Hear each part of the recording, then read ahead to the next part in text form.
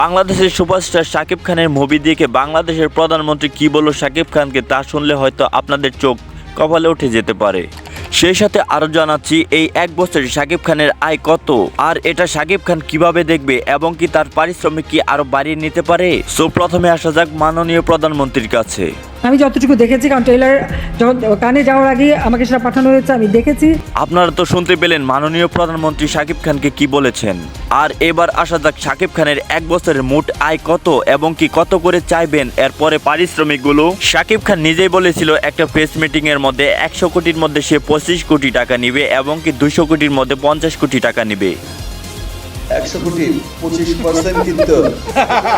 আর এই 100 কোটি টাকার মধ্যে 25 কোটি টাকা নেবে শুধুমাত্র ছবির ব্যবসা হিসেব লাভ করে এবং কি তার পারিশ্রমিক বর্তমানে 1 কোটি টাকা রয়েছে। বর্তমানে এটা বাড়তেও পারে, শাকিব খান নিজে জানিয়েছে। তবে কি শাকিব খান এবার নতুন ছবিগুলোতে 2 কোটি বা 3 কোটি এর বেশিও নিতে পারে? তোমাদের কি মনে হয় তা কমেন্টে জানিয়ে দাও তোমাদের মতামত। সেই সাথে নতুন নতুন আপডেট ভিডিও পেতে আমাদের এই চ্যানেলটিকে সাবস্ক্রাইব করতে ভুলবেন না। ধন্যবাদ।